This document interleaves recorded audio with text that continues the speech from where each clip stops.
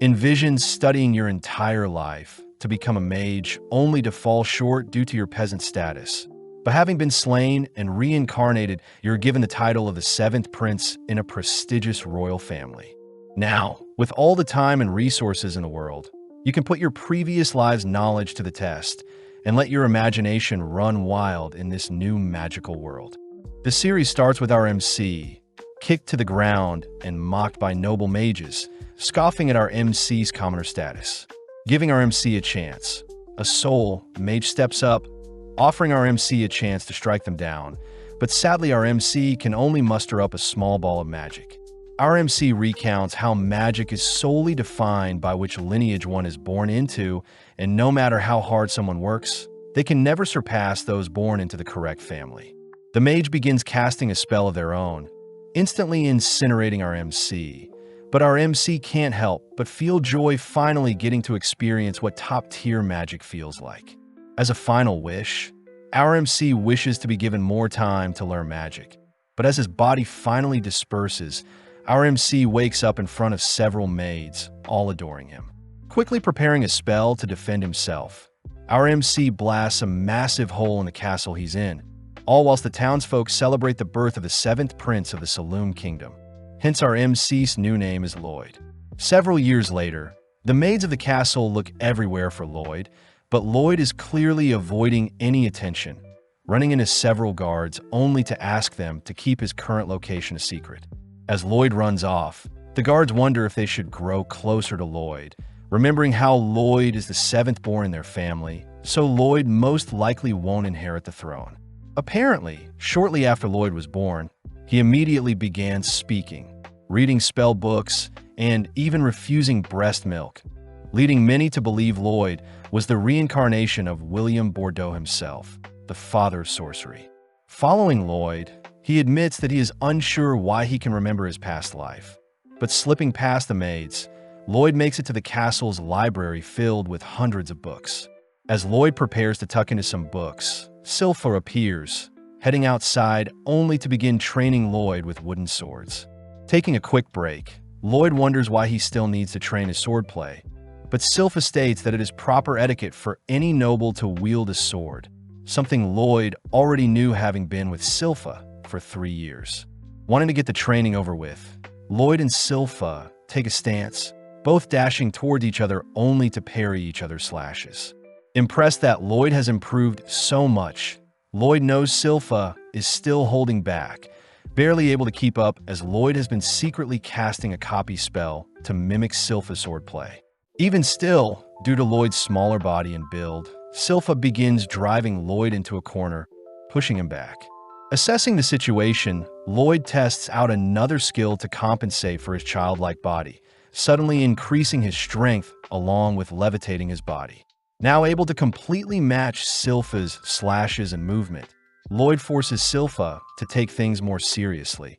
But when Lloyd attempts to weave in a sneak attack, Sylpha catches Lloyd off guard. Having already known Lloyd was using magic, Sylpha trips Lloyd, only to disarm and smack him on the head, revealing Lloyd's levitation magic. On top of things, Sylpha points out that Lloyd's sword had been extended to give him better reach. But Sylpha can't help but be amazed that Lloyd was able to cast 2 spells at once, something court mages struggle to do. As Sylpha hugs Lloyd tight, Lloyd feels lucky that Sylpha didn't recognize his physical enhancement spell nor his copy spell, meaning Lloyd was actually casting 4 spells at once. That evening, Sylpha drags Lloyd with her to take a bath in the girls' bathing area, catching the attention of other maids as they tell Lloyd about a powerful demon sealed away in a book by the name of Grimoire, capable of wiping out their whole town. Sylpha adds that the grimoire is hidden in an underground library, but suddenly the girls find it adorable Lloyd is acting strange, all fighting over whose bed Lloyd will be sleeping in tonight. Sneaking off, Lloyd grows intrigued by this hidden library, sneaking around at night with a concealment spell. Easily sneaking past the guards in front of the forbidden library, Lloyd manages to break the powerful seal keeping people out, amazed to see the vast library still standing.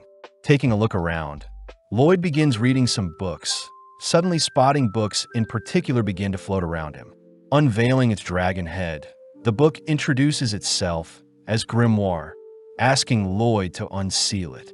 Knowing Grimoire is the monster Sylpha spoke about, Lloyd grows skeptical seeing Grimoire offer Lloyd some gold.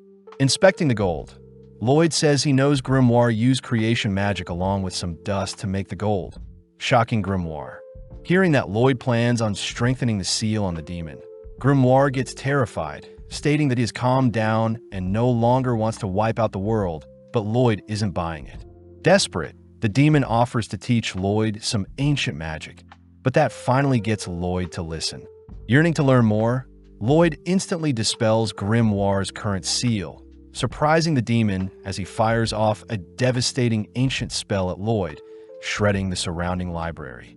As the smoke clears, the demon is horrified to see Lloyd has erected a perfect barrier, a spell that consumes and nullifies Grimoire's volley of ancient spells.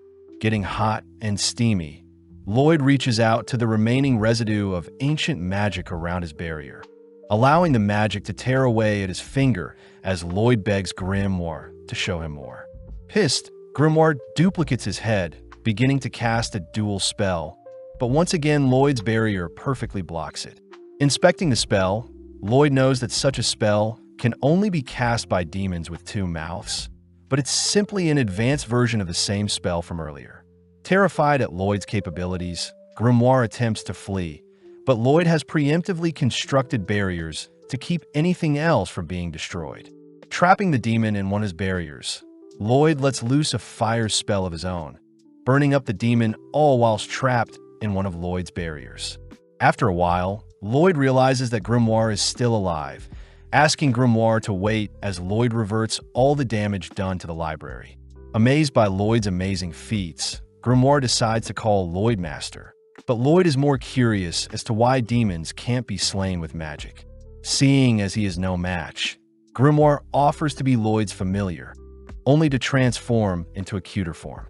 Offering to sit inside Lloyd's pocket, Grimoire takes the chance to dive into Lloyd's mind, mortified by the dense mana a mere child has. Knowing that he stands no chance, Grimoire asks to be called Grim, choosing to obey Lloyd's every command for now. Several days later, a blonde boy suits up like normal, heading through the mansion only to enter the library. As Grim hides, Lloyd greets his big brother Albert, both heading outside to see Albert training. Casting a small spell, Albert knocks down his target flawlessly, something Lloyd expected since Albert is the second prince, both smart and physically capable. Seeing as Albert wants Lloyd to show off what he's got, Lloyd gladly obliges, but not wanting to draw too much attention, Lloyd states he'll only graze the targets. Firing off multiple spells, Lloyd successfully tricks the onlookers into believing Lloyd isn't as competent as Albert, but Lloyd is more curious about adding spin to each of his magic spells. With Albert briefly glaring at Lloyd, Albert asks that Lloyd use the training area as he likes, heading elsewhere with his party. Now alone, Lloyd gets excited, wanting to mimic Grim's dual incantation with two heads. Although Grim states that only demons can cast such a dual spell, Lloyd gets an idea, absorbing Grim into his palm to act like a second mouth. Impressed that Lloyd knew of such a technique, Grim and Lloyd begin chanting simultaneous spells, but Grim instantly gets freaked out not recognizing the spell Lloyd is chanting. Pausing, Grim demands to know what spell Lloyd is casting. Shocked to hear Lloyd was trying a spell stack, purposely mixing multiple spells to have them cast simultaneously. Hearing that Lloyd was trying to stack on 100 spells at once, Grim yells that only 2 to 3 spells can be stacked, otherwise the incantation would take too long. Understanding the situation, Lloyd takes over Grim's mouth, both taking a deep breath only for both mouths to begin chanting powerful spells. Seeing as Lloyd is folding together the essence of 2 magic types itself, Grim fears that the output would be devastating, watching as Lloyd incredibly unleashes a dual spell that ruptures into the skies. At the same time, Albert's retainers wonder why Albert spends so much time with a talentless boy like Lloyd, but Albert corrects them, stating that Lloyd had intentionally grazed all the targets the same way, believing that Lloyd will become a great sage one day. With one of the retainers refusing to believe so, we cut outside to see Lloyd has massacred the surrounding area, even tearing a hole through the stratosphere to reveal the constellations themselves. Briefly admiring the sky, Lloyd rushes to repair the clouds, returning the nighttime back to daytime. The next day, Grimm shows off the newspaper reporting on a mysterious phenomenon tearing apart the skies. But Lloyd is more fixated on the story on the back of the newspaper regarding adventurers conquering a dungeon and bringing back loot. Wanting to explore a dungeon of his own, Grimm struggles to hold back Lloyd, but Lloyd reassures Grimm that he's got everything figured out. Taking out an acorn, Lloyd casts a growth spell, creating an exact clone of himself that mimics his movements. Although Grimm is impressed, Lloyd is still worried, knowing that Silpha observes and tracks every bit of growth Lloyd experiences, meaning a mere dummy clone won't trick everyone. Getting an idea, Lloyd successfully manages to escape the castle undetected, asking Grimm if everything is fine on his end. It turns out that Lloyd had placed Grimm's soul into his clone's body, all whilst absorbing Grimm's body into his palm. Now that Lloyd's clone is more lifelike, Lloyd successfully tricks the maids, but Grimm wonders if he can cause a mess while Lloyd is gone. Sadly, since Lloyd can still communicate with Grimm, Lloyd thanks Grimm for all the help, flustering Grimm as he chooses to make Lloyd proud and not act up. Having flown far enough from the castle, Lloyd wonders where he can find a dungeon, suddenly halting as he spots a pink-haired girl fleeing from some monsters. In an instant, the girl sends one of the monsters flying, blitzing around only to begin dismantling the monsters, finishing off with an energy blast that shreds the monsters. Having witnessed everything, Lloyd recognizes the girl's techniques as a form of chi, something martial artists use. Having detected Lloyd, the girl calls Lloyd to show himself, but when Lloyd hesitates, the girl marks Lloyd as an enemy, rushing to his location.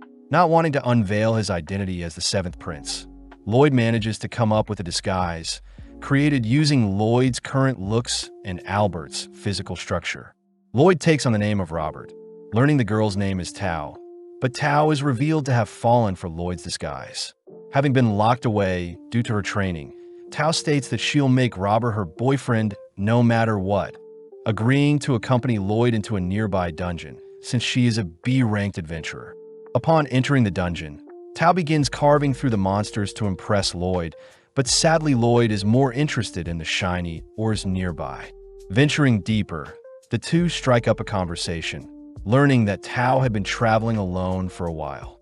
Whipping up a quick meal, Lloyd asks about Tao's chi techniques, surprising Tao since chi is very similar to mana, as chi circulates based on breathing techniques. Tao takes the chance to flirt with Lloyd, but gets surprised seeing Lloyd beginning to breathe strangely, realizing that Lloyd is trying to mimic her chi breathing. Warning Lloyd against it, Tao can't help but notice how stern Lloyd is about learning chi breathing, agreeing to teach Lloyd anything she knows, which earns her a smile from Lloyd. At the same time, Grimm can't help but giggle at how vast Lloyd's obsession with magic is, suddenly realizing that Silpha has appeared. Back in the dungeon, Tao shows off a chi blast, easily destroying the boss of the dungeon only to point Lloyd to the final treasure chest.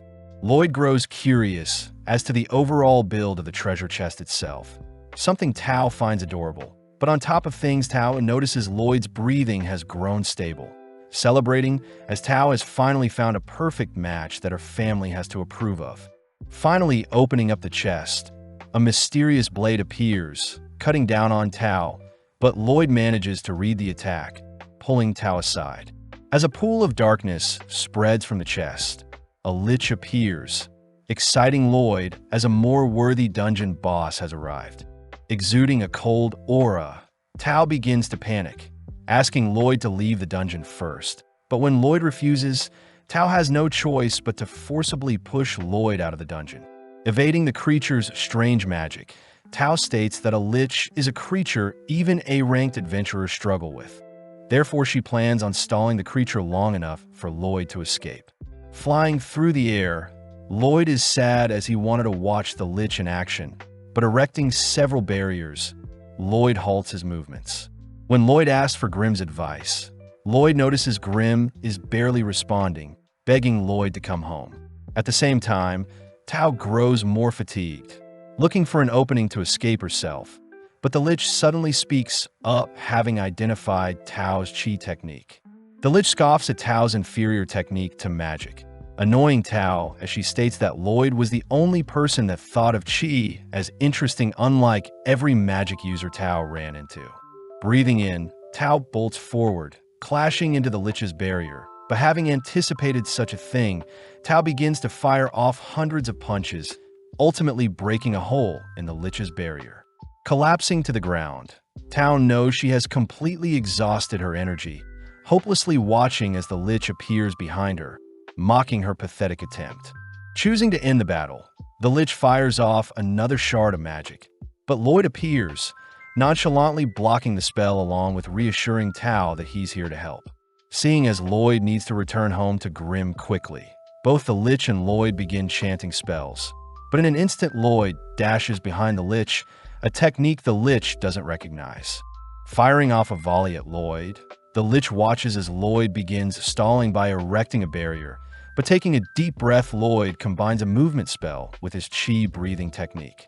Dashing around the Lich, Lloyd notices the Lich firing more magic at his barrier. But Lloyd's barrier easily defends, giving Lloyd more time to perfect his breathing. Seeing as his own barrier is slowing him down, Lloyd shatters his own barrier, accelerating further as he maneuvers around the dungeon, all whilst evading the Lich's magic. Finally condensing two techniques into one, Lloyd counters the Lich's magic with a technique he just created, firing off hundreds of slashes, all whilst tuning the spell's speed and sharpness. Terrified to see a mage using Qi, the Lich attempts to hold on, but seeing Lloyd's technique shredding his spells, the Lich is forced to project a barrier, but Lloyd's technique cuts clean through both the barrier and the Lich itself. Dazzled by Lloyd's show of strength, Tao and Lloyd finally claim the dungeon's treasure, disappointed to see a mere rusty blade infused with mana as their reward. Out of nowhere, the dungeon begins to crumble, beginning to retract the treasure chest, leaving Lloyd and Tao to keep the old blade only. Wanting to inspect the treasure chest itself, Lloyd sticks around to take the chest as well, but they are both forced to escape before the dungeon closes. Outside, Tao asks about Lloyd's new technique he created, something Lloyd isn't sure of himself, but Tao recognizes it as a secret Qi technique she has only heard of in tales. As Lloyd flies off, Tao promises to grow stronger so that Lloyd can finally pay more attention to her. But Tao forgets to ask where she can find Lloyd. Flying through different regions, Lloyd finally returns home, spotting his clone all beat up. Grimm reveals that Silpha had asked for a sparring match like usual, but grew disappointed seeing how weak Lloyd's clone had gotten, beating his clone senselessly. Showing off the dungeon's knife to Grimm, Lloyd douses the knife with hot water, only to scrape off a layer of mana essence. Lloyd explains the mana essence is used to enchant any weapon, with the dungeon blade in particular being enchanted with a power booster. Placing the mana essence into a flask with water, Lloyd shakes up the flask, only to cast a purification spell in order to extract the ingredients of the mana essence. Revealed to be a mixture of oil, silver, and hematite, Grimm recognizes the ingredients as materials from a monster core, giving Lloyd the idea to create more essence since he had retrieved the dungeon's core in the form of the treasure chest. Needing silver, Lloyd rushes to ask his father, King Charles, for a bag of silver coins, only to begin melting the silver down. Next, Lloyd spars with Silpha for a wager, managing to catch Silpha off guard with a sneak attack combined with some magic, but Silpha had reacted fast enough, appearing from one of Lloyd's creations, only to defeat Lloyd. Even after losing, Silpha agrees to give Lloyd the jar of oil he had asked for, scaring Grimm as Silpha was even able to defeat Lloyd with her pure swordsmanship skills alone. With all the ingredients needed, Grimm and Lloyd complete the mana essence, rushing to Albert to ask for a weapon to enchant. Seeing as his adorable Lloyd is requesting something of him, Albert asks for his knights to hand over their weapons, all immediately offering Lloyd all their weapons to enchant. The knights know that enchanting weapons usually go horribly, all bidding their precious swords goodbye as they have no faith in the 10-year-old Lloyd to enchant their weapons. But having heard all of the knights mocking his master, Grim gets fired up to prove the knights wrong. As Lloyd begins layering on 2 to 3 enchantments, Lloyd unfortunately shatters the first blade, being too weak to withstand Lloyd's enchantments. Soldiering on, Lloyd works through the night, only to report to Albert that he managed to enchant 50 out of 120 swords, frightening Albert, as even the greatest enchanter has only a 10% success rate. Inspecting the blades, one of the knights refuses to believe Lloyd enchanted the blades, but when the knight goes to sheath his blade, his holster is suddenly cut into 2 by the newly enchanted sword. Spotting a glowing blade in particular, Albert is mesmerized by the enchantments, offering Lloyd to join him on a monster hunt given by their father. Heading out of town early the next day, Lloyd accompanies Albert and Silpha, all heading towards a forest via carriage. Lloyd asks where the monsters they are hunting will be, excited to hear the monsters reside near a lake, especially since Lloyd can see how strong his enchanted blades are. As Silpha admires Lloyd's adorable expressions, Albert can't help but tease Silpha for clinging on to Lloyd too much, but Albert is silent seeing Silpha draw her sword. Just then, Silpha detects creatures approaching, spotting that the monsters are all wielding steel equipment.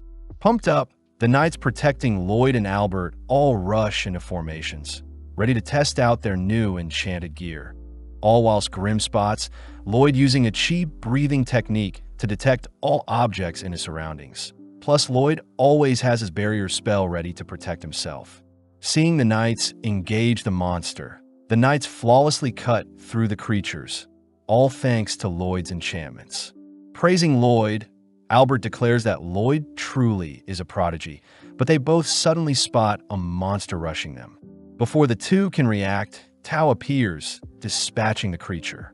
Having sensed a cute guy nearby, Tao had rushed over, crouching beside Lloyd only to realize Lloyd is using a chi breathing technique. Plus, Lloyd looks very similar to Robert. As Tao senses another monster attacking from behind, Silpha is forced to save her, demanding that Tao step away from her precious Lloyd. Stopping the girls from fighting, Albert asks Tao to accompany them, all setting up camp for the night near a lake. Thanking Tao for escorting them, Tao points out how although Albert is cute, Albert wasn't the cute guy she was detecting. Hiding from Tao, Lloyd realizes it's his chi breathing that may blow his cover, choosing to lay low and hide in his tent for the rest of the night. But Lloyd suddenly realizes that Silpha was changing in his tent. Demanding to know why Silpha is sharing a room with him, Silpha states that she is the only person that can protect Lloyd, trapping Lloyd between her thighs. Entering the tent, Tao is flustered seeing Silpha pinning Lloyd down with her body, swiftly evading a dagger thrown by Silpha. As the girls begin to bicker and argue, Lloyd manages to sneak away, but Albert teases Lloyd for attracting so many girls. Albert points out how Silpha has changed a lot ever since she started looking after Lloyd, shaking as he remembers something. But at the same time, Silpha and Tao beat up the knights watching them arguing. As Silpha puts on some clothes, Tao says she has been hired to fix up a nearby shrine, but before Tao can leave, a monster appears smashing up a portion of the campsite. As everyone prepares to engage the creature, they all recognize it to be a bear wolf, but as the knights begin attacking the creature, Grim is seen acting weird due to the broken shrine nearby. As Tao distracts the creature, she buys enough time for Albert to draw his sword, suddenly casting an infernal spell that incinerates the wolf in one shot. Surprising everyone, they all thank Lloyd for Albert's newly enchanted sword, but Grim finally remembers that the nearby shrine used to seal a powerful demon. As the smoke clears from Albert's explosion, the corpse of the wolf, along with various other monsters, suddenly appear, giving rise to Demon Pazuzu, who had been hiding in the wolf's mouth. Pissed that people are slaying its servants, Pazuzu has its monsters attack, but Albert soon realizes the monsters have insane regeneration. Lloyd asks if Grim and Pazuzu are friends, but Grim says they aren't, uttering that Pazuzu is puppeteering the monsters with its dense mana along with regenerating their wounds. Intrigued, Lloyd asks Grim to teach him the same mana transmutation technique as Pazuzu, but at the same time Pazuzu begins insulting the humans for losing slowly at the hands of his beast army. When Pazuzu begins to insult Lloyd, Silpha suddenly snaps, asking Lloyd to remain hiding. With Silpha's terrifying aura erupting, Silpha is offered a role to join Pazuzu's servants. But Silpha scoffs at the idea of serving a disgusting creature, declaring she'll slay Pazuzu. Giddy, Pazuzu reminds Silpha that the monsters will continue to heal as long as he channels mana into them. Seeing Silpha shake, Pazuzu suspects that Silpha is able to sense its vast mana pool, but Silpha instead mocks Pazuzu's stinky breath. Annoyed, Pazuzu rushes Silpha with his wolf servant. But in an instant, Silpha severs the wolf's legs before it could do any harm. As Pazuzu begins to regenerate the wolf's legs, Albert and the others realize the monsters have stopped moving entirely, reasoning that Pazuzu can't control the creatures whilst it's prioritizing healing itself. Off to the side, Grim points out that transmuting mana is quite difficult since the mana needs to be correctly tuned to fit the intended target. Surprisingly, Lloyd manages to transmute a flower with his mana, even matching the color and scent of the flower. Out of nowhere, Silpha slams Pazuzu and his servant to the ground, picking up one of Lloyd's enchanted swords, admiring how finely enchanted the blade is, only to prepare to finish off the demon. Pazuzu is weirded out by how Silpha is acting, beginning to encircle Silpha, all whilst choosing to insult Lloyd in order to get Silpha to drop her guard. Seeing an opening, Pazuzu manages to clamp on his Silpha with his wolf servant. But Silpha has used the opportunity to get close to the demon, revealing her dual sword techniques that shreds the bear wolf along with Pazuzu's body from the inside. Continuing to hack away at the demon, Silpha begins ramping up her speed to ensure Pazuzu is defeated. But Lloyd takes the chance to memorize Silpha's body shape with his new transmutation skill, all whilst Silpha coldly marches towards the demon, preparing to take its life. Glaring at the demon on its knees, Silpha watches as Albert and the others take down the remaining beasts, all staying vigilant until Silpha slays Pazuzu. Out of nowhere, a potent smog fills the air, bringing all the humans to their knees as Pazuzu seems to have evolved. Pazuzu states that he had escaped his 100-year seal finally, annoyed that all his hard work nurturing his servants have all gone to waste. With a single slap, Pazuzu knocks Silpha back, all whilst Albert helplessly watches. As Silpha struggles to breathe, Pazuzu flies in for the final blow, but Tao intercepts the attack, revealed to be unaffected by the smog. Seeing Silpha finally collapsing due to Pazuzu's smog, Tao stays alert, barely able to detect Pazuzu appear behind her. As Tao throws out a kick, she ends up getting snatched up from the feet and punched, but Pazuzu wonders why Tao is unaffected by his smog. Seeing Tao breathing weirdly, Pazuzu realizes Tao is using a strange breathing technique, but forcing herself away from the demon, Tao is forced to kick and blast Pazuzu away, swiftly stabilizing her breathing, but suddenly realizes a monster has snuck up on her. Barely able to stop the jaws of one of the beasts from clamping down, Tao watches as Pazuzu rises back up, emitting its smog as it demands Tao serve it. Seeing her life flash before her eyes, Tao manages to survive Pazuzu's aura, declaring that her savior will arrive soon. Having heard enough, Pazuzu's servant bites down on Tao, prompting Pazuzu to head over to retrieve Silpha's unconscious body. Declaring that he'll make Silpha his slave, Pazuzu reveals that he had slayed his servant's parents, only to have the monsters believe Pazuzu was their original parents, something Lloyd states is terrible. Realizing that Lloyd is unaffected, Pazuzu demands to know who Lloyd is, spotting Grim, a fellow demon who is serving a mere child. Before Grim can warn Pazuzu of Lloyd's abilities, Pazuzu sends his servants to attack Lloyd, but seeing as this is the perfect chance, Lloyd begins transmuting his mana. Creating the picture of a field of flowers, Lloyd manages to calm the beasts, briefly cuddling with them only to retrieve the unconscious Tao, covering her up with his jacket.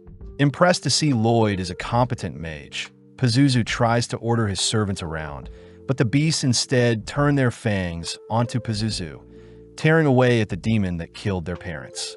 Having sustained a decent amount of damage, Pazuzu chooses to dispose of his own servants, slamming them together only to kick them to the ground. Seeing Pazuzu harming his own servants, Lloyd wonders why demons can't be defeated with magic. Something Grimm mentions is probably since it's never been done before. As Pazuzu's mana begins to swell up, the surrounding area begins to perish, but Lloyd is more curious as to how much mana it will take to defeat a demon. Revealing his own mana pool, Pazuzu suddenly freezes at the sight of Lloyd's mana. Something Grimm knew Lloyd was concealing, and is the reason Pazuzu's smog didn't affect Lloyd whatsoever. Finally able to let loose, Lloyd attempts to trap Pazuzu in a barrier, but Pazuzu barely manages to escape. Realizing that Lloyd is attempting to cage him, Pazuzu attempts to flee, but Lloyd is dead set on trapping Pazuzu with his barriers. Floating all throughout the skies, Pazuzu continues to evade capture, all whilst Grimm learns Lloyd is capable of casting 20 spells at once. But making use of Grimm, Lloyd increases his spell output. Seeing as there are no escape routes in the skies to flee, Pazuzu dives into the sea, terrified to see Lloyd is still hunting him down in the water. Proud of himself, Pazuzu manages to hold out, believing that he's finally escaped. But as he breaches the water's surface, Pazuzu realizes Lloyd had been toying with him this entire time, having been trapped in one of Lloyd's larger barriers. Attempting to find a way out of Lloyd's cage, Pazuzu refuses to be one of Lloyd's lab rats. But Lloyd is confused at how hypocritical Pazuzu is, seeing as Pazuzu had used his servants as lab rats. Seeing Lloyd prepare multiple spells, Pazuzu begins begging for his life. Making use of the strongest fire, wind, earth, and water spells, Lloyd forms a 100-length sequence incantation, boosting the spell's cast time by threefold, only to surround Pazuzu with his incantation. Unleashing his incantation, Lloyd proudly claims that he is currently casting 240 spells per minute, but not even 5 minutes later, Lloyd is forced to halt his incantation. Seeing Pazuzu drained, Grimm points out that magic to demons is like light and sound to humans, and overwhelming a human with light and sound will drain them, just like what Lloyd did to Pazuzu with his magic. Seeing as Pazuzu has completely given up, Lloyd focuses on Albert and the others who have begun to wake up, rushing to their side to explain what transpired whilst they were asleep, all whilst Grimm and Pazuzu have a chat. Grimm advises that mages that have the most fun will ultimately live the longest, something Pazuzu also realizes as he finally passes away. Seeing the ashes of Pazuzu, Grimm takes the chance to absorb what remains, able to restore a fraction of his original form, what was lost. Back with Lloyd, Lloyd seems to have convinced everyone that a powerful mage by the name of Robert defeated the demon, exciting Tao as she demands to know where Robert is. As the gang return to report their hunt to the king scolds Albert for not being more prepared for the monster hunt, wondering where Robert and Tao are, wanting to reward them. Sadly, Albert reveals that Robert was never seen by anyone. As for Tao, she ran off in search of Robert. Changing topics, Albert asks for his father to consider Lloyd as a possible candidate for the throne, stating that Lloyd's genius with enchantments may prove fruitful for a ruler. Impressed to hear his seventh son is so gifted, the king asks if Lloyd would join his brothers to fight for the throne, but Lloyd flat out rejects the offer. Later that day, Lloyd is seen playing with a fluffy beowulf, having followed Lloyd home from the forest. Grimm begins to get jealous seeing how much Lloyd is admiring his new pet, choosing to fluff himself up to get Lloyd's attention. Seeing as Silpha is approaching, Lloyd quickly stuffs Grimm inside the beowulf's fur, only to tell Silpha that his new pet will be called Shiro. As Silpha and Lloyd brainstorm tricks they can teach to Shiro, Albert and the king both chat about Lloyd's future, both expecting great things from Lloyd. Getting to work, Lloyd manages to teach Shiro basic tricks, but wonders how he should train Shiro to execute more tougher actions. Having tried to infuse his mana with more specific commands, Shiro unfortunately isn't able to understand Lloyd's complex task, prompting Lloyd and Silpha to wonder if there is a monster expert that can help. With them both suddenly remembering Princess Elise, they all head over to her garden tower. Grimm learns that Elise is the 6th princess of Saloon, being Lloyd's older sister by 3 years. Out of nowhere, Elise pounces on Lloyd, wrestling him only to give him a greeting smooch. Seeing Lloyd knocked out, Eris, Elise's maid, reprimands Elise for going too far with Lloyd. Turning to see Shiro, Elise can't help but cuddle with the adorable creature, but seeing this, Lloyd asks if Elise can show off one of her own monsters. Out of nowhere, a lesser Fenrir appears, snatching away Sylpha's headband. Lloyd is shocked, seeing as the monster slipped past his detection. Lloyd is intrigued as to what command Elise gave to the Fenrir in order to have it time its approach. Asking for Elise to teach him all she knows, Elise gladly obliges, revealing that a deep bond with any animal will involve lots of love. Demonstrating her powers, Elise calls for the animals to surround her, stating that love is a technique anyone can learn.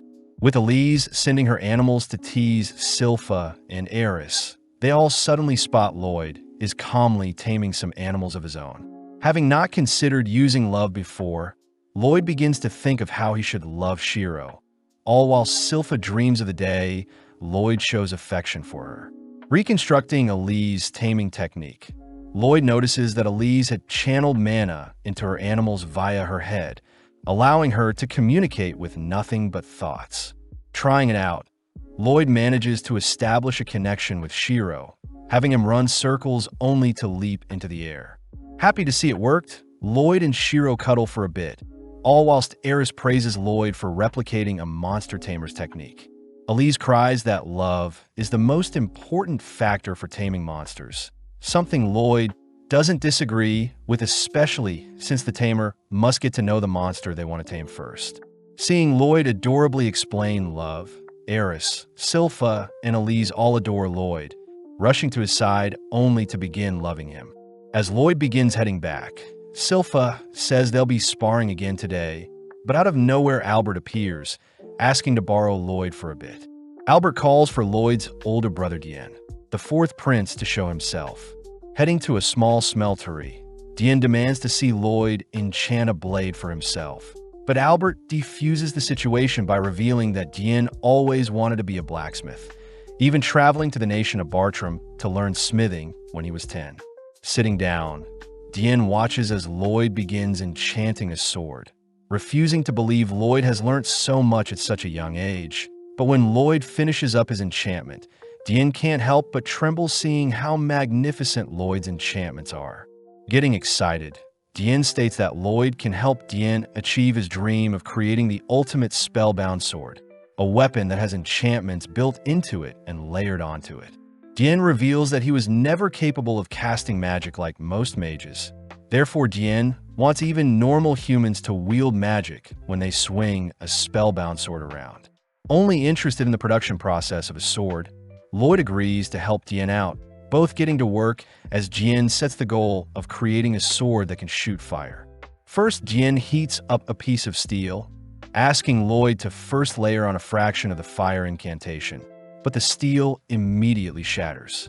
As Lloyd attempts a weaker enchantment, Dien can't help but notice Sylpha and Shiro interested, having Sylpha help out with hammering the steel, but sadly Lloyd's powerful enchantments are still too strong for the piece of steel.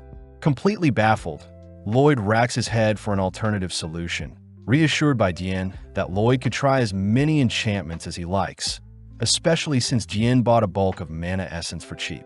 Suddenly realizing something, Lloyd inspects the mana essence. Realizing that the hematide in the essence is way too weak, Lloyd asks if Dien has any spare hematide lying around. Upon hearing that Dien doesn't, Sylpha offers to accompany Lloyd to a dungeon, both heading to the Adventurers Guild. Entering the guild, Lloyd greets Katarina the receptionist, only to fill out a form for his details. Next, Lloyd is asked to place his hands on a crystal ball, something Lloyd knows is used to measure one's stats. Fearing that his current power level will destroy the orb, Lloyd begins compressing his mana, managing to achieve an overall rank of E. As the other adventurers laugh at Lloyd's poor rank, the receptionist points out that Lloyd has a magic stat of a rank, making him comparable to the mighty Silver Blader, something the other adventurers refuse to accept. Legend has it that the Silver Blader flawlessly carved through every dungeon they entered, achieving an A-rank status only to disappear. Seeing the adventurers continue to mock Lloyd, Silpha can't help but scare the men a bit, revealing herself to be the infamous Silver Blader who supposedly vanished. When Silpha attempts to re-register herself, the receptionist sadly states that Silpha has been demoted to C rank. Unfortunate, since every party needs a B rank if they want to enter dungeons. At that moment, Tao appears offering to assist, seeing as she is an A rank adventurer, but Silpha quickly ignores her. Silpha learns that Tao had failed to find Robert, even searching various dungeons for him. But willing to compromise, Tao demands to have a date with Albert as reward if she helps Lloyd explore a dungeon. With Silpha retrieving Lloyd's jacket from Tao, Lloyd admires how interesting of a life Silpha must have had in the past, hearing that Silpha in her past had only ever failed to take down the Assassin's Guild, a ragtag group of adventurers. Having picked out a dungeon, the gang immediately set out, explaining their goals to Tao, swiftly working their way to retrieve the core of the dungeon. At the same time, Albert checks in on Diane, happy to see Diane and Lloyd are getting along well, but Albert states that a war will break out soon. Trembling at the thought of being unable to help, Diane declares that he'll create the spellbound swords to help his kingdom, spotting Lloyd and the others returning. Getting back to work, Diane and Lloyd manage to finish off their first blade, heading straight to the training area only to eradicate their test targets, terrifying everyone. Having named the Blade D-Lord, Lloyd heads to bed, exhausted from spending the entire day fine-tuning the blades along with mass-producing them. Rewarding Shiro with some belly rubs, Lloyd notes how Albert seemed awfully stiff throughout the day, but suddenly Lloyd detects a strange presence in their garden. Impressed, Shiro wasn't able to pick up the mysterious presence. As the mysterious figure begins running around the garden, Lloyd suddenly appears, asking to have a chat. When the figure attempts to flee, Lloyd simply erects a barrier, cutting off any escape. Seeing no other option, the figure unveils their hood, apologizing as she blasts Lloyd with a sweet scent, but Lloyd realizes it's poison. Attempting to cleanse the negative effects, Lloyd suddenly collapses, having failed to neutralize the girl's poison. Lloyd deduces that the girl is using a new type of toxin, hearing stories about those with strange abilities, people known as the Blighted. The girl confirms herself to be the Poison Blighted, Ren the Poison Moth. Heading over to Lloyd's barrier, Ren instantly shatters it with a kick, having weakened it with her poison. Ren reassures Lloyd he won't pass away, warning Lloyd of the side effects he may experience in the next few days. Just like that, Ren disappears, allowing Lloyd to finally rest a bit. Having seen everything, Grim learns that Lloyd is actually canceling out Ren's poison with a breathing technique, wondering why Lloyd didn't just capture her. Lloyd reveals that he plans on tailing Ren to her hideout, recognizing Ren as one of the 6 Assassin Guild members. Lloyd gets excited, wondering what the other members' special abilities are, praising Ren for concealing her presence so well, but Lloyd has already figured out their trick. As Lloyd rushes off, Silpha and Shiro barely miss Lloyd, cutting over to the assassin members as they berate Ren for getting caught so easily. Ren states that she has discovered that the royals are mass-producing spellbound swords, a sign that there is a war coming. When Ren tries to make suggestions, the assassin members cut Ren off, reminding Ren that their leader Jade is already gone. Just then, the members detect someone watching them, forcing Lloyd to reveal himself as the members mention how they've heard great things about the 7th Prince. Seeing as Lloyd has discovered them, they have no choice but to take Lloyd out, but Lloyd is excited to see what the enemy has in store, releasing his barrier. Taking a fighting stance that mimics Tao's, Lloyd draws in a green headman, able to defend against most of his strikes, but suddenly spots one of the man's punches wrap around his arm. Introducing himself as the warp-blighted Babylon the Giant Rat. Knowing that Babylon's movements exceed what mages are capable of, Lloyd suddenly realizes someone is behind him, abruptly collapsing to the ground as Crow the Dark Raptor binds him with a curse. Following up, Galilea attempts to pummel Lloyd, but Lloyd uses brute strength to escape Crow's curse, but sadly gets entangled in Galilea's spiderwebs. With no choice, Lloyd ditches his clothes, ecstatic to have run into a user with curse speech along with people able to transmute their mana. Sensing another attacker, Lloyd begins evading several slashes from Talia, intrigued to see Talia impale her own leg, only to feel the pain in his legs as well. Introducing herself as the Pain Blighted, Talia gets weirded out seeing how happy Lloyd is, watching as Lloyd analyzes and reverses Talia's wound both on Talia and himself. Intrigued to see how Talia's reflection magic works, Lloyd traces Silpha's battle style, terrifying the assassin members as they reveal past trauma facing the Silverblader. With Lloyd's aura erupting, the assassin members all scramble from their positions, but Babylon is Lloyd's first target. As Lloyd catches up to Babylon, Lloyd slams him into the ground, impressed to see Babylon relax his body so as to not sustain too much damage.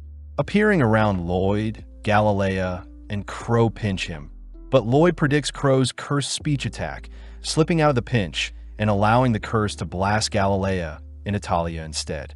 Before Crow can chant another curse, Lloyd appears behind him, dicing up and slamming Crow into the ground, perfectly mimicking Silpha's techniques.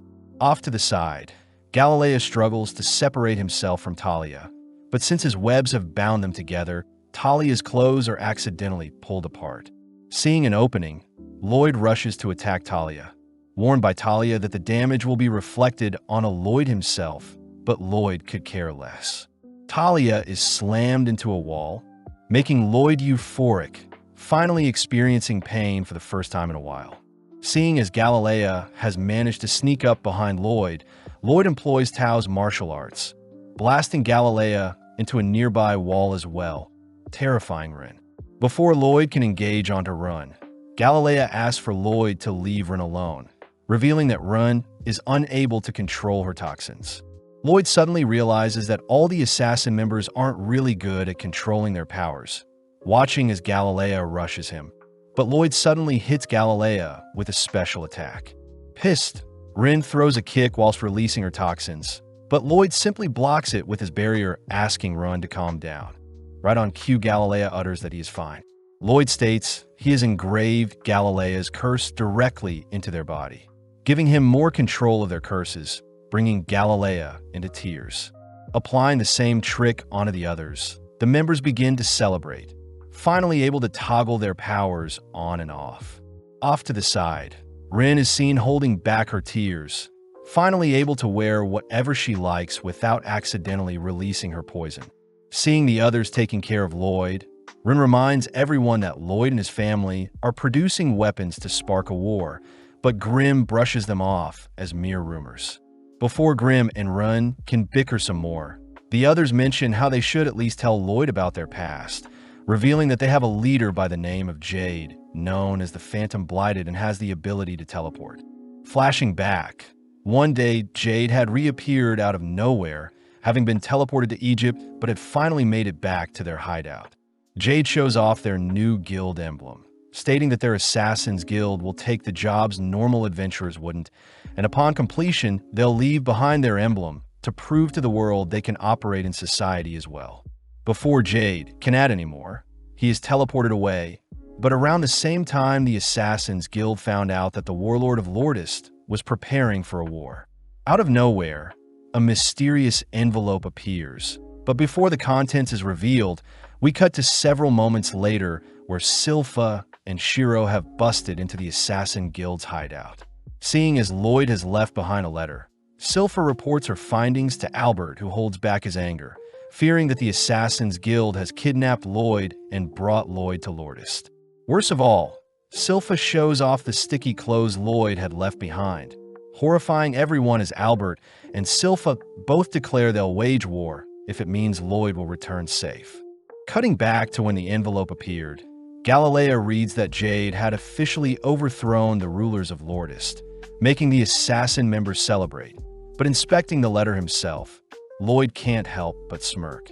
Immediately heading out, Lloyd sends everyone flying with him towards Jade's location. But we learn that Galilea and Run had asked if Lloyd could help Jade fix his teleportation curse as well. But Lloyd points out that Jade no longer needs his help, since the letter seems to have been perfectly teleported to their location. Lloyd knows that teleportation magic itself is very rare, especially being able to control it, making the members wonder if Jade was lying about his curse this whole time. Regardless, Rin says she still wants to reunite with Jade, exciting Lloyd as he says he'll accompany them. Seeing as Rin is starting to doubt Jade, Lloyd cheers Rin up, making Rin's heart flutter a bit. Having been flying for only 10 minutes, Lloyd is forced to stop, realizing that everyone is dizzy, but seeing as they need food, Rin runs off into the woods to catch some food. Babylon reveals that Rin grew up in the forest, wanting to show off her skills to Lloyd, but Rin is revealed to have a tragic past, having accidentally slayed her own parents with her poison. It was then when Jade took her in and introduced her to everyone, all agreeing to help raise Rin as one of their own. As the gang spend time designing clothes to neutralize Rin's poison, Rin couldn't help but break down, finally finding a family she can rely on, and even considering Jade as her big brother. Hearing such a wholesome story, Lloyd says he really wants to meet Jade, surprising Grim. Right on cue, Rin returns, whipping up a dense stew, terrifying everyone as they wonder if a prince like Lloyd should be fed such a food item. Surprisingly, Grim and Lloyd devour the stew, prompting everyone to join in, enjoying the meal like a family. Flashing back, there was a day when Jade had announced their guild members were all getting bounties, exciting everyone as they're finally being recognized as actual people. Seeing everyone celebrating, Jade reveals that he is actually the third prince to the Lordest family, adding that his family are diabolical people who all fiend for war. Jade mentions how he had planned to use the Assassin's Guild as a tool to stop his family from inciting war, but seeing as his members are all calm, Jade wonders why they're not angry at him. The members all remind Jade that they all have hidden pasts as well, therefore they don't really care what Jade's intentions are, as long as Jade remains a family member with everyone. Impressed to hear his guild members are willing to commit crimes for him, Jade states that he must claim the throne by himself, not wanting his assassin members to have to dirty their hands. Jade admits that he may never return, but he promises he'll one day claim the throne for himself and finally grant all outcasts a place to stay. Walking the final steps towards Jade's manor, the gang point out how adorable Lloyd is when he is asleep, all reasoning they should go on ahead and leave Lloyd behind, not wanting Lloyd to get caught up in their own personal drama with Jade. Hearing this, Grim offers to accompany them, knowing that Lloyd can easily fend for himself. Upon climbing the castle walls, the gang are surprised to see a party set up for them, just like what Jade had promised in the letter. Before the gang can head back and retrieve Lloyd, they're interrupted by an egg-shaped looking man, inviting them all into the courtyard where they're officially welcomed as the guest of honor. With everyone in disbelief, Rin hugs Grim tight, getting nervous to reunite with Jade. Finally, Jade appears nonchalantly, annoying everyone as they watch Jade switch clothing, relieved to see Jade is the same as usual. Pushed forward, Rin struggles to express all the emotions bottled in her head, but seeing as everything is fine, Grim begins flying back to Lloyd. Out of nowhere, the surrounding attendees transform, all whilst Jade orders everyone to bow down, terrifying the assassin members as they wonder how Jade has Crow's cursed speech, not to mention it's way more powerful. When Rin demands to know what is happening, Jade simply offers the assassin members to the other attendees, allowing the attendees to do what they please with the assassin members. Blasting Jade with a beam, Grim cries for everyone to run, but before Grim can do anything else, Jade teleports behind him, kicking and blowing Grim away. As Jade changes his clothing, we cut to Lloyd, who has finally awoken, spotting a beaten-up Grim beside him. Grim struggles to explain the situation to Lloyd, all whilst the assassin members realize the attendees before them are actually demons from the netherworld. Appearing beside the members, Jade reveals that he too is being controlled by a demon, Geesarm, the catastrophe from the netherworld. Geesarm reveals that Jade is no longer alive, having struggled to hold on, but eventually Jade was forced to relinquish his body. Hearing all of this, the assassin members get pissed, preparing to unleash on a Geesarm. But Geesarm continues to reveal all the torture methods he performed on Jade in order to ensure Jade's mind would never recover. As the demons begin begging for a body of their own to inhabit, Gisarm warns his minions that Ren's body is quite poisonous, but Gisarm suddenly notices a strange marking on Ren's body. Unable to recognize the spell from Jade's memories alone, Gisarm uses his cursed speech, demanding Ren explain where she got the marking, but Ren bites her tongue to silence herself. With Gisarm cursing Ren to sell out the person that placed the spell on her, Ren fights for dear life, suddenly watching as Lloyd's barriers surround all the assassin members, only for an incineration ray to light up the surroundings. With the ray tearing a massive hole in the castle's courtyard, the assassin members look into the skies, only to spot Lloyd triumphantly appear to even out the playing field. Having scared the demons back into their bodies, Lloyd checks on the others, only to choose to heal Ren's tongue. Lloyd starts by ordering the assassin members to run, knowing that Gisarm is solely after their bodies. As the demons wonder if their master had been killed, Gisarm nonchalantly teleports behind them, ordering his minions to chase after the assassin members. But Lloyd simply blasts the demons to stall them. As two demons appear beside Lloyd, Lloyd continues to monitor Gisarm's every move, watching as Gisarm speaks a death curse that weaves through Lloyd's barrier. Seeing as it's best to dodge, Lloyd analyzes the curse, noting how the curse causes cardiac arrest and slays the target struck by the curse. Grimm advises Lloyd to flee, seeing as Gisarm's curse speech is a form of transmuted mana, a complete counter to Lloyd's mana barrier, as the mana barrier can only block spells created from mana. But seeing as transmuted mana is a different form, Lloyd's barrier won't be able to block Gisarm's attacks. Grimm also points out Gisarm's mana is quite vast, being a completely ascended being, explaining that demon servants are ranked 10th amongst demons. Demon Pazuzu was ranked 8th. Grimm himself is ranked 3rd, but Gisarm is a demon lord, placing himself above rank 1 and considered the pinnacle of all demon kind, being able to take on even 100 rank 1 demons alone. Seeing as Gisarm is the real deal, Grimm advises Lloyd to flee, but Lloyd chooses to introduce himself to Gisarm. Gisarm remembers Jade's memories had once mentioned Lloyd the 7th Prince, but regardless, they both prepare to enjoy the oncoming battle. Grimm continues to beg Lloyd to flee, stating that any mana attack will barely scratch a behemoth like Gisarm. But making the first move, Gisarm fires off a small projectile, instantly shattering 2 layers of Lloyd's barrier. Gisarm grows excited, choosing to fire off a volley of spears that chase Lloyd throughout the castle. As he racks his brain for a solution, Gisarm suddenly appears above him, kicking Lloyd towards his volley of spears, but barely thinking quick enough, Lloyd conjures a stone golem to tank the volley of spears. At the same time, the demons finally catch up to the assassin members, all watching as Babylon scales the castle walls to open the castle gates. Back with Lloyd, Gisarm praises Lloyd for surviving the first wave, beginning to make fun of how weak blighted humans are, to have been born with such immense power but to never know how to control them. Gisarm mentions how Jade's teleportation powers called to him, wondering why blighted humans struggle to live amongst humans when they can offer up their bodies to demons who can make full use of blighted cursed bodies. Seeing as Lloyd is speechless, Gisarm warns Lloyd to prepare himself, snapping his fingers, only to teleport a spear into Lloyd's body. Knowing that Lloyd won't be able to react, Gisarm continues to skewer Lloyd with his spears, all whilst Galilea webs the bridge they're on to stall the demons. Seeing as the demons are still pursuing them, Crow curses them to fall, allowing Babylon to finally open the castle gate. But seeing as the demons have broken free from the webbing and curse, Talia steps up.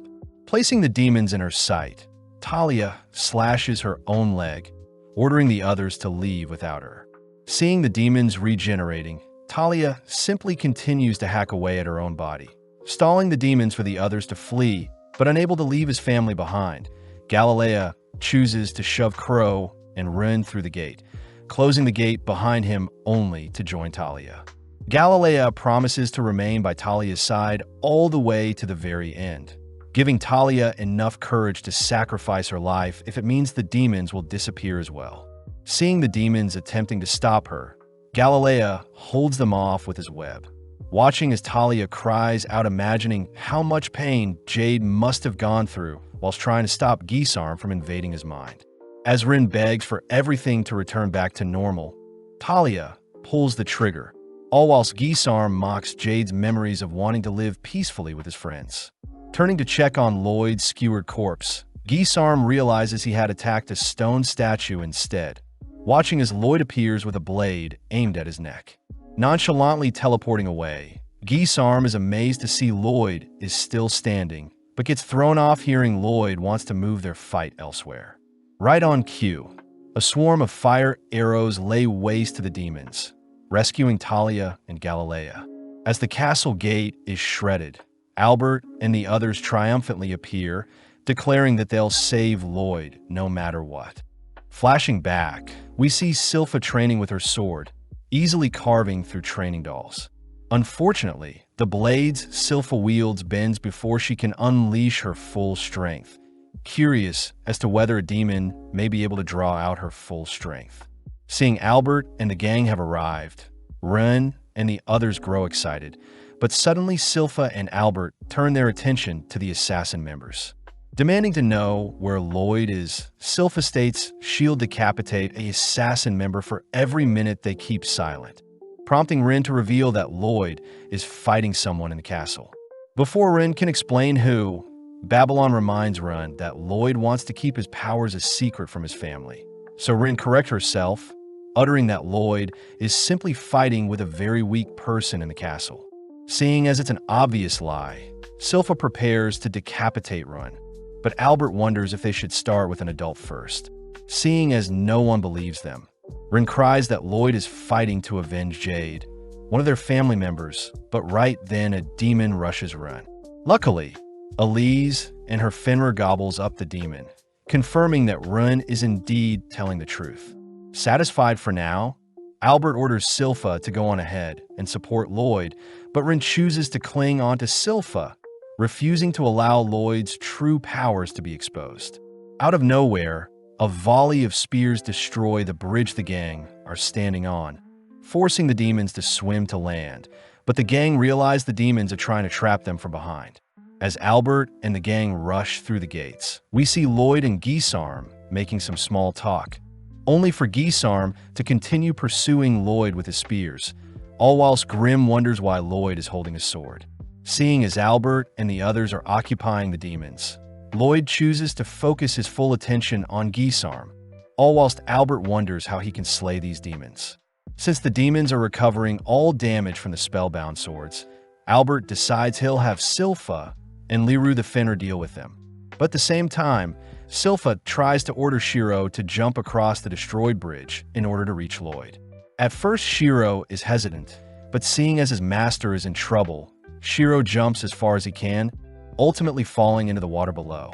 Before Silpha can give it a go, the egg-shaped man appears, slashing at Silpha, but Silpha easily defends with her dual blades. The demon is impressed at Silpha's sword play, choosing to reveal itself as a rank 8 demon, a master of the demon blade form.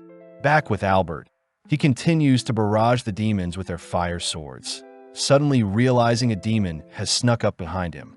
Luckily, Babylon appears, instantly dislocating the demon's head, only to introduce himself to Albert. Albert wonders how Babylon can slay the demons so easily, but Babylon reveals that Albert resembles Jade, adding that the demons have robbed the humans of their bodies, meaning the best thing they can do is put their bodies to rest. Respecting Babylon's words, Albert finally unsheathes his magic sword, sympathizing to those who had their bodies stolen, only to release a destructive fire spell that covers the demons in flames. At the same time, Silpha and the egg-shaped demon equally match each other's moves, both unleashing devastating moves that cancel each other out, all whilst the assassin members watch in awe. With both swordsmen taking a break, they both seem to be wounded, but the egg-shaped demon simply regenerates any wounds. Having seen Silpha's sword play, the demon declares he'll take Silpha's body, switching his stance, only to appear before Silpha. Barely able to evade the demon's slash, only to hear that the demon's current body belonged to a skilled swordsman who lived countless years, only to have its body ripped away. Having heard enough, Silpha shows off a new trick employing the demon's same slashing attack, shocking everyone. Silpha begins mocking the demon for not being able to copy moves like herself, calling for Shiro only to retrieve a blade Lloyd had gifted to her. Cutting back to when Silpha was training, Lloyd had surprised Silpha with a sword, mentioning how the blade is designed to withstand all of Silpha's might. Lloyd states that since demons still rely on a body to exist, a sword that slays the demon's body will still kill the demon. But in some cases, when a demon's regenerative powers is too strong, the demon must be killed with a single powerful strike.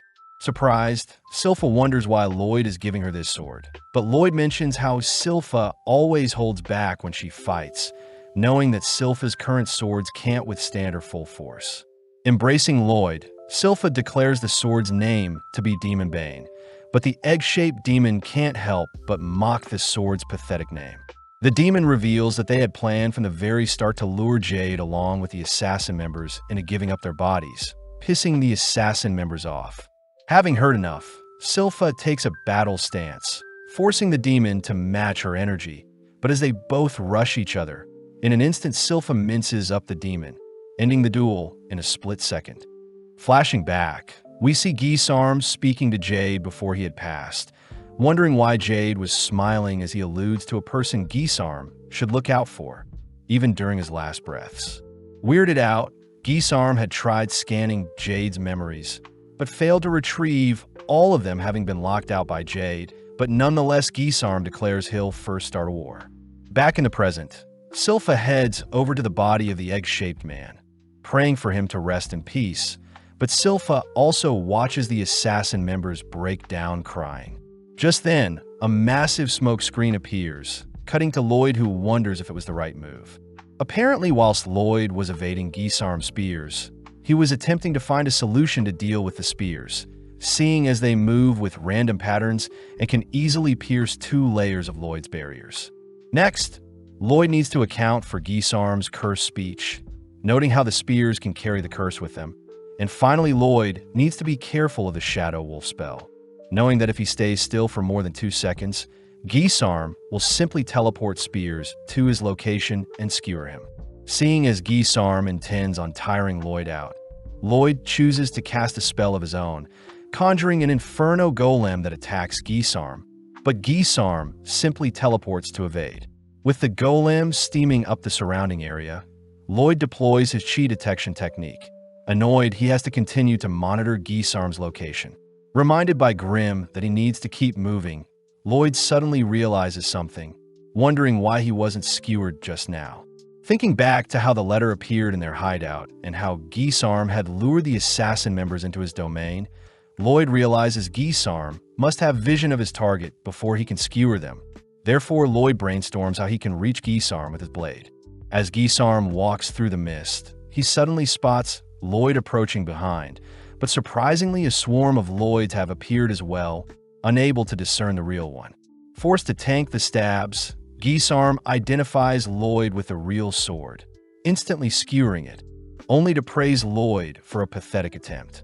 Gisarm reminds Lloyd that he can heal all wounds in an instant and is immune to physical and magical attacks, but Gisarm can't help but get weirded out by all the clones.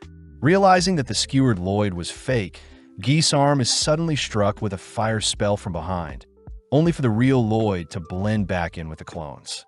Healing back his wounds and replacing his clothes, Gisarm admits he is unable to attack since he's unsure of who the real Lloyd is, but with no other choice, Gisarm chooses to unleash a volley of spears in every direction. Spotting a barrier appearing around Lloyd, Gisarm rushes to crush Lloyd's head, but sadly, it was another clone. Wondering what other tricks is up Lloyd's sleeve, Gisarm watches as various clones dodge and weave, all dashing towards Gisarm, exciting Gisarm as he continues to dispatch the clones. At the same time, Lloyd blends in with the crowd, purposely dropping his barrier and instead concealing his presence with an invisibility spell. It's revealed that the sword Lloyd is wielding was a blade called Spelltaker, a blade that can convert absorbed spells into mana or allows the holder of the sword to analyze spells.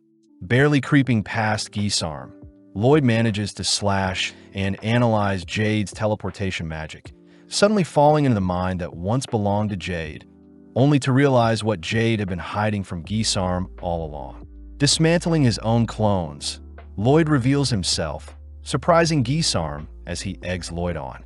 Seeing Lloyd not moving, Gisarm tries taunting Lloyd, but Lloyd refuses to budge. Lloyd explains that demons are born powerful, therefore they'll never get to experience what humans go through, something Gisarm brushes off as Lloyd's boring rambling.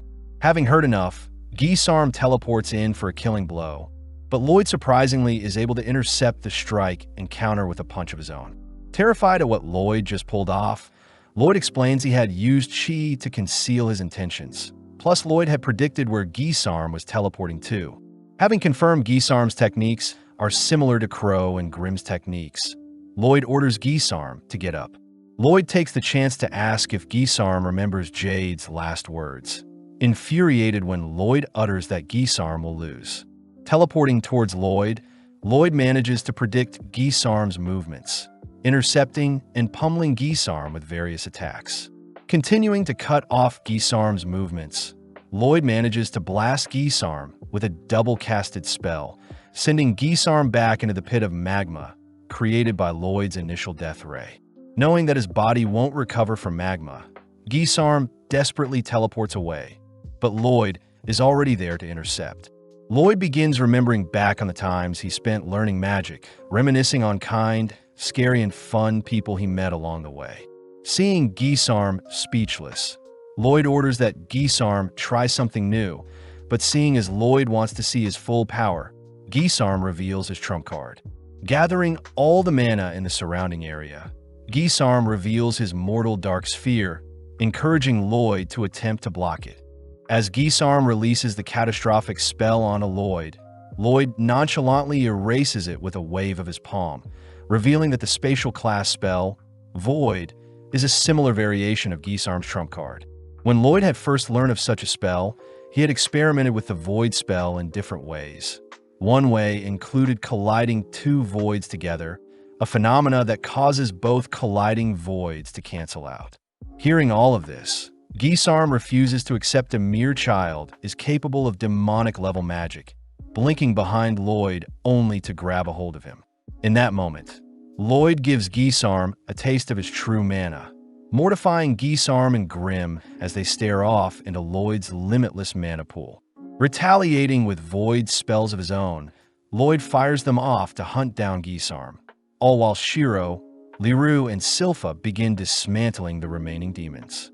Silpha notices that the demons are moving slower than usual, suddenly spotting Rin infecting the demons with her poison. As Albert struggles to see past the mist, he wonders why the sun hasn't risen yet, cutting to Gisarm, who is being absorbed by Lloyd's void spell. Struggling to break free, Gisarm attempts to leave the body behind, but as Jade's body clamps onto Gisarm's demon form, Gisarm realizes there is no escape, desperately impersonating Jade only to beg for his life. Disgusted by Gisarm's pathetic pleas, Lloyd conjures another void to pinch and crush Gisarm, all hearing Gisarm's frustrated cries for help. As Gisarm's presence is completely erased between the two voids that decimate each other, the dark clouds disperse to reveal the long-awaited sunrise, but Lloyd catches a glimpse of what remains from Jade. Flashing back, Jade had once told his guild about the rumors surrounding Lloyd the Seventh Prince, speculating that the Seventh Prince was a prodigy and may be able to lift the curses on the Blighted. With Rin realizing that Jade's speculations were correct, we cut to later that day, where Lloyd is seen helping set up a burial for the deceased. Grimm is curious as to how Lloyd ended up predicting Gisarm's movements, but Lloyd states that after analyzing Jade's teleportation, it was quite easy to calculate an endpoint for each teleportation. Grimm is amazed Lloyd won the battle so easily, but Lloyd reveals that Gisarm wasn't to be toyed with, as it was ultimately Jade who had deciphered the teleportation spell before he passed, explaining why Jade had warned Gisarm along with the reason why he was smiling before he had passed. All Jade had to do after was to simply wait for the day someone would dive into his memories and make use of the spell's weakness to finish Gisarm. With Rin secretly listening in to Lloyd and Grimm's conversation, she prepares to thank Lloyd for all he's done, but Albert suddenly appears. Approaching Lloyd, Albert asks if Jade was behind everything, having heard that Lloyd was simply dragged along with the assassin members. Before Lloyd can confirm such a thing, Albert states that the assassin members have been restrained, since they are still criminals who had kidnapped Lloyd, but Albert does utter that their punishment for such a crime will be to serve Lloyd for the rest of their lives. Raising his sword to Lloyd's neck, Albert reminds Lloyd that the assassin members are now an extension of Lloyd and also their family of Saloon. Albert demands to know if Lloyd understands the brevity of such a responsibility, surprising everyone when Lloyd utters he'll uphold their family name to ensure his new retainers are well-trained. Satisfied, Albert kneels down, reassuring Lloyd it's okay to ask for help when he needs it. Seeing as everything is settled, Albert takes the chance to give Lloyd a big hug, all whilst Tao arrives, having heard that Lloyd was in trouble. Realizing that she was too late, Tao begins to leave, all whilst Albert chases after her to thank her for fighting off Pazu. With the assassin members being set free, everyone sits down for a tea party. But seeing everyone so stiff, Albert breaks the tension by allowing the assassin members to send Jade off with their own type of celebration. Finally letting loose, both Crow and Tao mourn at the passing of Jade, all whilst Talia attempts to seduce Albert. Brushing off Talia's advance, Albert demands to know all the details behind Lloyd's sticky clothing, all whilst the girls enjoy a refreshing bath. Rin takes the chance to ask Silpha if she can serve Lloyd as well, but Silpha calls for Lloyd to appear, flustering Rin as Lloyd nonchalantly allows it. Hearing Rin continue to doubt herself, Lloyd advises that Rin change her attitude first, reassuring Rin that she'll be accepted no matter who she was in the past, bringing Rin to tears. The season ends with Rin starting her first day as Lloyd's new maid, helping Silpha dress up Lloyd, only for Lloyd to report his adventures to the king, spending the remainder of his free time studying up on some more magic.